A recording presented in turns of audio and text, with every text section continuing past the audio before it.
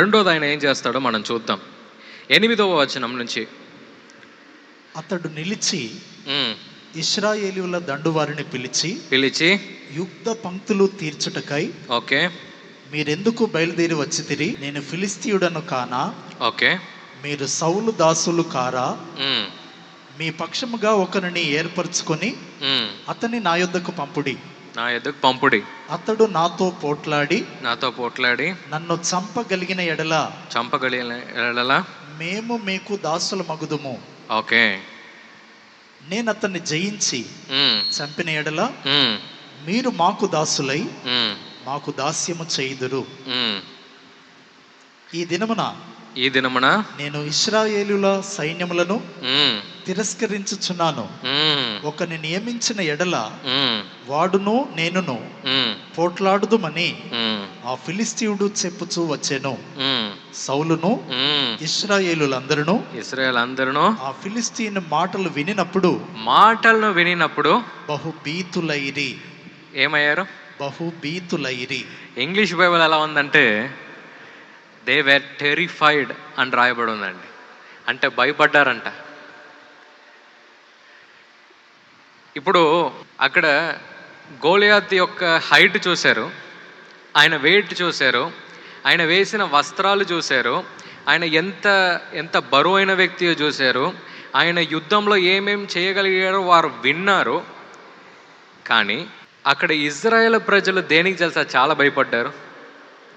ఆయన వేసిన సవాల్కి,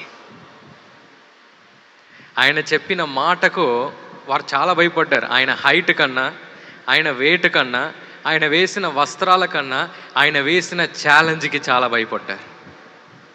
అంటే నేను ఇది చేసేస్తా, మీరు ఎవరినన్నా యుద్ధానికి పంపండి, ఎవరినన్నా నరికి నేను పక్కకు పెడతా, ఎవరినన్నా నేను నాశనం చేసేస్తా, ఎవరన్నా పంపండి నాతో పోరాడటానికి, నేను వారిని నాశనం చేసేస్తా అని చెప్పేసి ఎవరు సవాలు విసురుతున్నారు? గోలియాతు సవాలు విసురుతున్నాడు కదా. అంటే ఇజ్రాయేల్ ప్రజల్ని, ఇజ్రాయేల్ దేవుడిని గేలి చేస్తున్నాడు కదండి. అంటే నేను ఇక్కడ ఏం చెప్పాలని ఆశపడుతున్నాడు అంటే, అక్కడ ఇజ్రాయేల్ ప్రజలు ఆయన మాటకు చూసి వారు భయపడ్డారు. మాటకు చూసి భయపడ్డారు. ఒకసారి ఒక పోలీస్ మ్యాన్ నన్ను ఆపాడు అన్నమాట. ఎందుకో నా బండిని ఆపాడు. ఎందుకు ఆపాడో నాకు ఇప్పటివరకు తెలియలే. మొత్తానికి పెద్ద కారం చూసి ఆపాడు. ఆపేసి వెంటనే ఏమన్నాడంటే, నేను ఫైన్ వేస్తా, నేను పోలీస్ స్టేషన్కి వెళ్ళాలి, అది వెళ్ళాలి, ఇది వెళ్ళాలి అని చెప్పేసి కొద్దిగా వాయిస్ ఇలా లేపాడు అన్నమాట. వెంటనే నేను చూసి, సర్రా పద వెళ్దాం పారా, ఏ పోలీస్ స్టేషన్ వెళ్ళాలో చెప్పు చూద్దాం, ఏ పోలీస్ స్టేషన్ తీసుకెళ్తావు, ఎక్కడ తీసుకెళ్తావు, నాకు ఒక మాట చెప్పు, నేను వస్తా, నాతో ఇంకా 10 మందిని కూడా తీసుకెళ్తా, వెళ్దాంపా అన్న. ఓకే మాటలు అన్నా నువ్వు వెళ్ళన్నా అనేసి.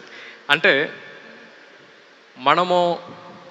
నేనేదో తప్పు చేశాను నేను చెప్పట్లేదు, కానీ కొద్దిగా వాయిస్ మనం పెంచేసరికి ఆయన భయపడ్డాడు. ఇక్కడ కూడా అపవాది మన జీవితంలో ఏం చేస్తాడంటే, ఆయన స్వరాన్ని ఆయన పెంచుతాడు. ఆయన పెంచి మనల్ని భయపడిపిస్తాడు. నేను ఎంత పెద్ద వ్యక్తినో నీకు తెలుసా? నేను నీ జీవితాన్ని నేను ఎంత నాశనం చేయగలుగుతానో నీకు తెలుసా? నీ కుటుంబంలో ఉన్న వారిని నేను ఎంత వేరుపరచగలుగుతానో నీకు తెలుసా? నేను ఇచ్చే ఈ వ్యాధి ద్వారా నిన్ను త్వరలో నేను నీకు మరణం ఇవ్వచ్చు, నీకు తెలుసా? లేకుంటే నీ పరిస్థితిలో నువ్వు వెళ్తున్నావు కదా, నేను నిన్ను నాశనం చేయకపోతే చూడు అని చెప్పేసి ఎవరు సవాల్ విసురుతారు? అపవాది విసురుతాడు. కానీ మనం కొన్నిసార్లు వాటన్నిటిని చూసి మనం భయపడుతూ ఉంటాం. బైబిల్ గ్రంథం ఏం తెలియజేస్తుందంటే, అపవాది అబద్ధాలకు ఎవరంట? జనకుడు. అంటే అబద్ధాల్లో చెప్పటంలో ఆయన నంబర్ 1. మన ప్రభు ఎవరు? ఈ లోకానికి వెలుగుగా ఉన్నాడు. హల్లెలూయా. ఆయన ఎవరు? నేనే సత్యము అని మన ప్రభు అయిన యేసుక్రీస్తు చెప్పాడు కదండి. అంటే ఇక్కడ నేను ఏమని తెలియజేస్తున్నానంటే, అపవాది ఎప్పుడు కూడా ఒక పెద్ద రూపంలో ఆయన వస్తాడు, వచ్చి మనల్ని భయపెట్టడానికి ఏమేమో ప్రయత్నం చేస్తాడు, స్వరాలు బయటికి లేపుతాడు, ఎన్నో ఛాలెంజెస్ చేస్తాడు. అంటే ఛాలెంజెస్ అంటే సవాలు విసురుతాడు. ఏమని? నీ ప్రభు ఏమైనా చేయగలుగుతాడా, చూడు నీ పరిస్థితి ఎలా ఉందో చూడు అని చెప్పేసి ఎప్పుడు కూడా మన పరిస్థితిని చూపించి ప్రభు యొక్క శక్తిని కింద పడేయటానికి చూస్తాడు. సో దాని తర్వాత ఏమైంది, దాని తర్వాత మనం ఒక క్రిస్టియన్గా మనం ఏం చేయాలి, మనం ఏం చేయవచ్చు అనేది మనం ఇక్కడ ఈరోజు చూడబోతూ ఉన్నాం. డైరెక్ట్గా 25వ వచనం వెళ్ళిపోండి. ఇశ్రాయేలీయులలో ఓకే, ఒకడు వచ్చుచున్న ఆ మనిషిని చూచితిరే, ఓకే, నిజముగా ఇశ్రాయేలులను తిరస్కరించుటకై వాడు బయలుదేరుచున్నాడు.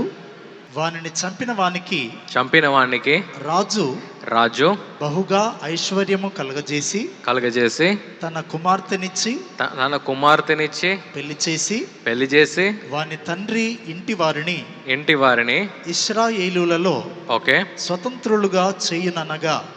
సో ఇక్కడ దాని తర్వాత ఏమవుతుందంటే, ఇప్పుడు దావీదు వస్తున్నమాట పిక్చర్లో. ఇప్పుడు దావీదు వారి యొక్క తండ్రి ఏం చేశాడంటే, ఆయన పంపించాడు వారి యొక్క అన్నలను చూడటానికి. ఎందుకంటే వారు యుద్ధంలో ఉన్నారు కనుక దాన్ని చూడటానికి జెస్సీ, దావీదు వారి యొక్క తండ్రి పంపిస్తూ ఉన్నాడు అన్నమాట.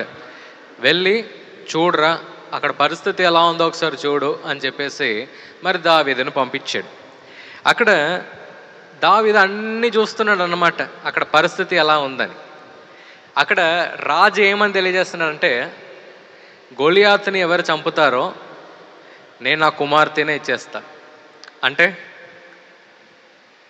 రాజు బంగారం ఇవ్వచ్చు, డబ్బు ఇవ్వచ్చు, సొంత అమ్మాయినే ఇస్తుందంటే అది ఎంత పెద్ద సవాలుగా మరి ఇజ్రాయేల్ ప్రజలకు అది ఉండని ఒకసారి ఊహించండి కదండి.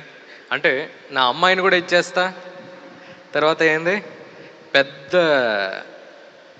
ట్రెషర్ అంటే ధనము నేను ఇస్తా, అలాగే ట్యాక్స్ కూడా తీసేస్తా ఇజ్రాయేల్ ప్రజలకు అని చెప్పేసి సౌల్ రాజు అలా ఒక గిఫ్ట్గా ఇచ్చాడంట. ఎవరైనా వెళ్తారా ఈయన కింద పడేయటానికి అని చెప్పేసి. అంటే ఇక్కడ దావీదు ఏం చూశాడంటే ఆపర్చునిటీ ఆయన చూశాడు. నా ప్రభుని ఎగదాళి చేసే ఈ గోలియాతుని నేను పడేసే ఒక మంచి అవకాశం ఇది అని ఆయన చూశాడు.